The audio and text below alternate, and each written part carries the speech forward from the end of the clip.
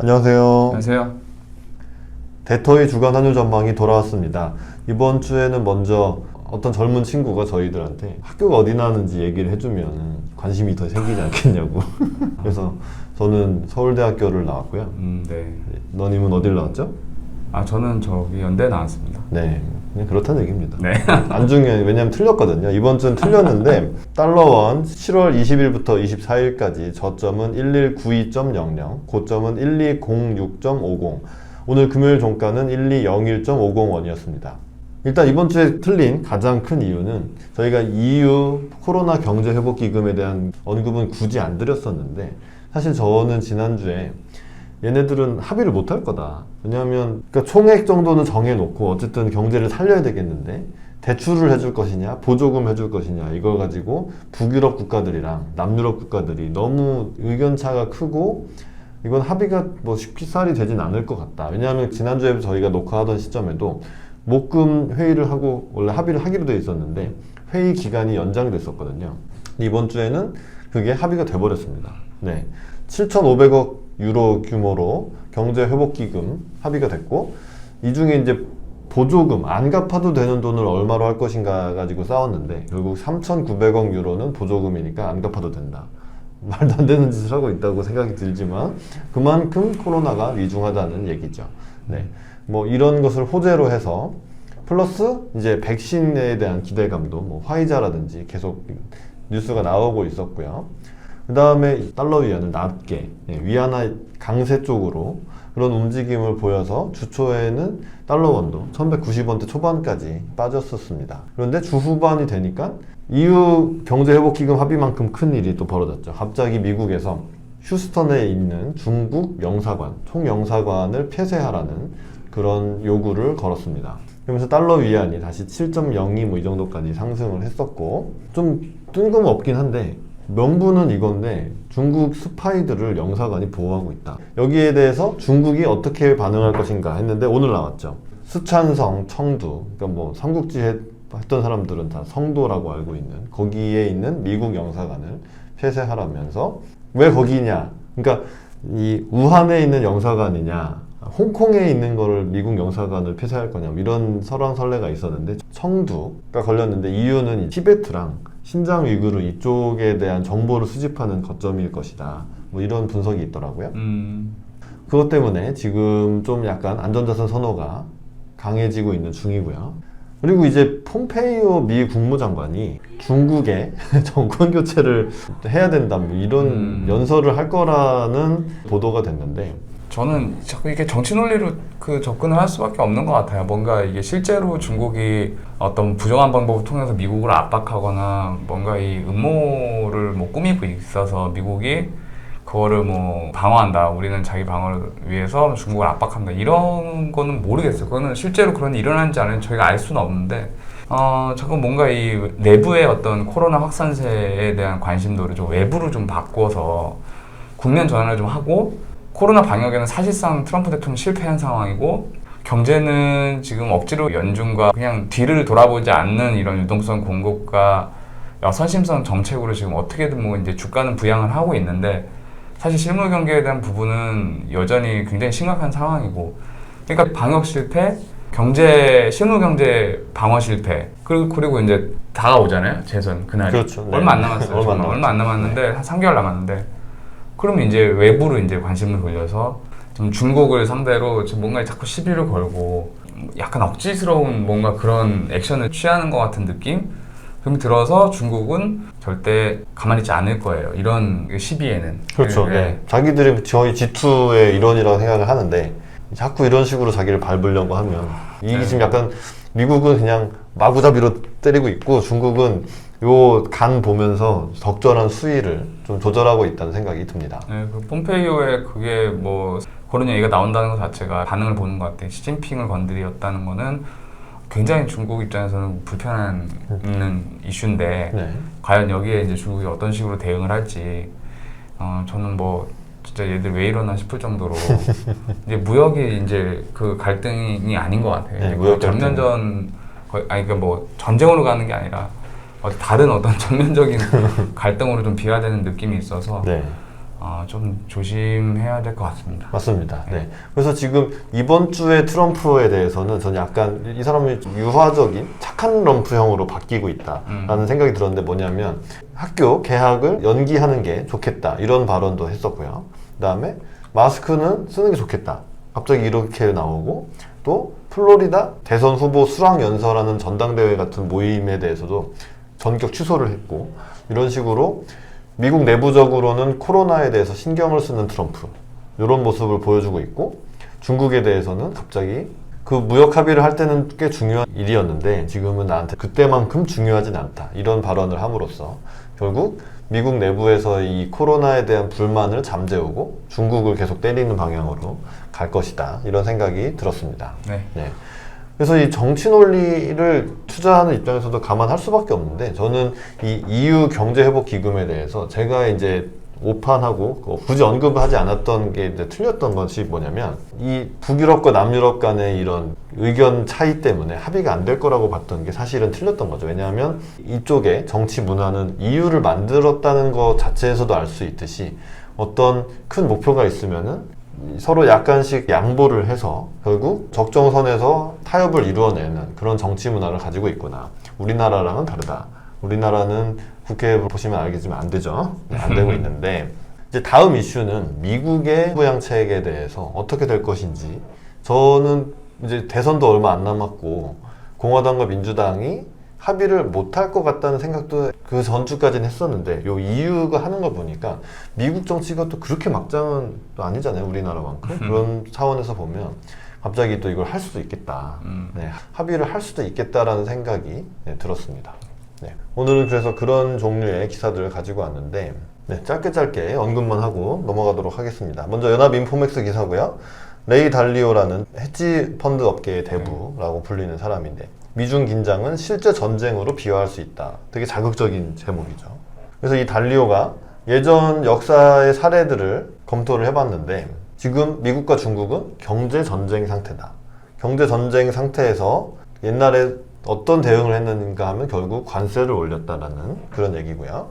이제 어떤 강대국 둘이 힘이 비슷하다면 전쟁으로 갈 수밖에 없더라. 내부의 이제 불만이나 어떤 문제들을 지금 중국과 미국이 하듯이 우리와 이념이 다르거나 뭔가 가치가 다른 강대국을 찍어서 외부로 이제 시선을 돌리는 우리는 뭉쳐서 쟤들을 물리치면 우리가 다 가질 수 있다. 그렇죠. 우리는 제1의 국가가 될 수 있다. 이런 식으로 해서 그런 게 이제 서로를 자극하다 보면 그게 이제 실제 전쟁으로 2차 세계대전도 뭐 어느 정도 네. 대공황 이후에 아무리 해도 이 경제가 살아나지 않으니 굉장히 이제 민심이 흉흉하고 이런 시기에 군국주의 막 이런 사상이 나오고 히틀러가 네. 나오고 막 이러면서 전쟁이 일어났고 그 후에 바닥을 찍으면서 엄청난 성장을 했죠. 네. 미국은 그때 제일 강대국이 됐죠. 맞아요.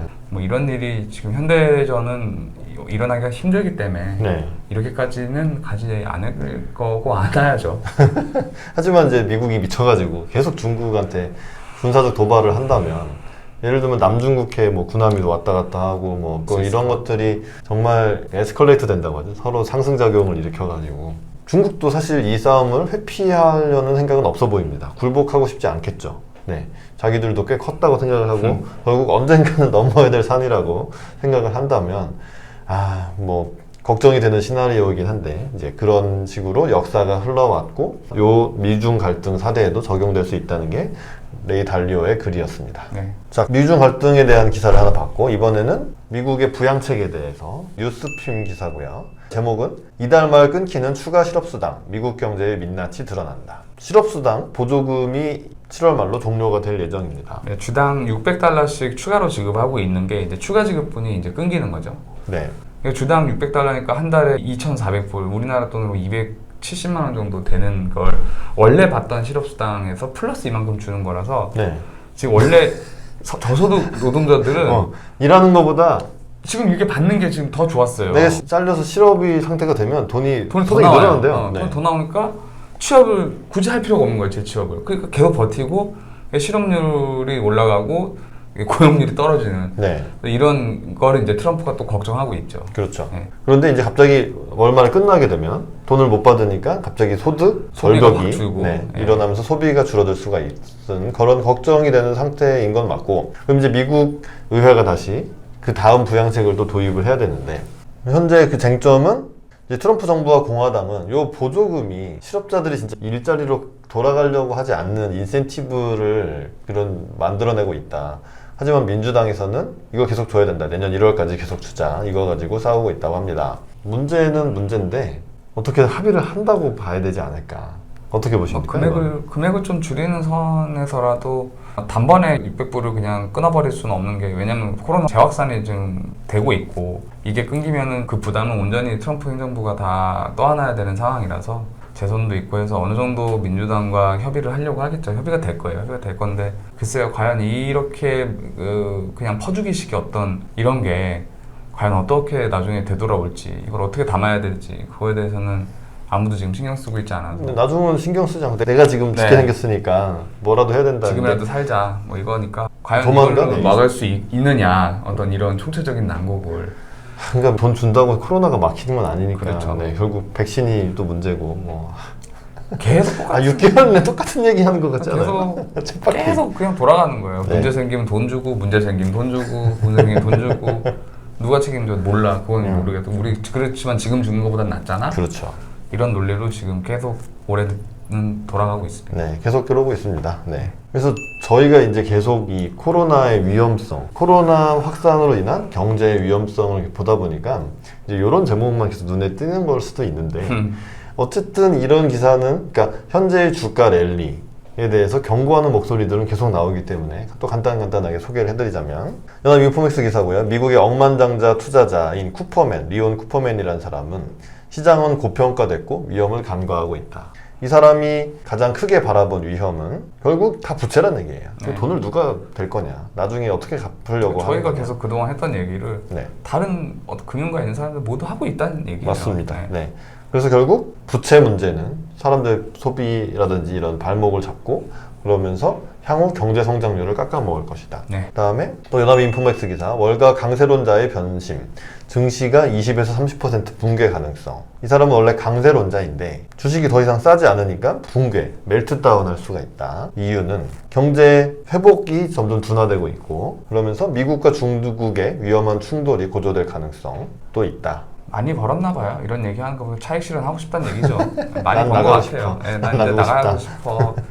나 나간 다음에 오르는 배 아프니까 지금 빠져야 돼, 슬슬 이렇게. 그렇죠, 뭐 네. 이런 자꾸 생각이 들어요. 맞아요. 네. 그리고 또 그러니까 이런 기사가 매일 나온다는 게 문제입니다. 연합인포맥스 월가 전문가는 미국 증시는 올 가을에 조정을 받아서 S&P 지수가 3,000을 하회할 수가 있다. 이런 제목이고요. 여기서 제가 주목을 했던 거는 이 주가가 상승하는 랠리를 보였는데 이 증시의 스마트머니 규모가 9년 동안 최소 금액이더라. 이 스마트머니는 뭘 의미하냐면 기관 투자자, 펀드 매니저, 중앙은행 등 전문가들이 굴리는 자금은 증시에서 빠져나가고, 글로벌 동학개미. 네, 우리나라는 동학개미, 미국은 로빈후드, 네, 로빈후드 개미들이 나타나가지고 한 머니로 유입되면서 주가가 오른 거기 때문에 위험하다. 그런 얘기입니다. 자, 그리고 달러원이 원달러가 하락을 했던 거는 유로나 엔화가 다 강세를 보여서 달러 인덱스가 2년 만에 최저인 94대까지 빠졌는데 계속 이럴 거냐에 대해서 제가 또 꽂힌 말이 있어서,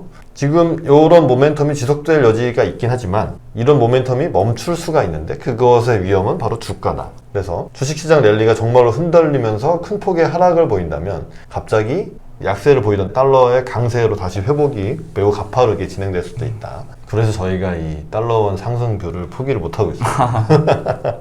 다음 주 환율 전망 해보겠습니다. 자, 지겨운 1200원 레벨 계속 유지가 되고 있고, 미중 갈등은 에스컬레이트의 기미를 보이고 있습니다. 상승작용 일으키고 있죠. 폼페이오, 트럼프, 뭐 여러 사람들이. 사실 이제 중국이 우리를 이런 취급하는 저 나라의 물건을 계속 사라는 게, 그러니까 중국 사람들의 미국산 불매운동이 벌어지더라도 하등 이상할 게 없는 그런 상황이죠. 네. 게다가 휴스턴에 있는 중국 영사관 닫으라고, 뭐 그게 빌미가 되든 뭐 코로나가 빌미가 되든 뭐 상관없습니다. 왜냐하면 한 번은 조정을 받아야 되는 거고, 약간 때가 무르익었다는 느낌이 들고 있습니다. 네.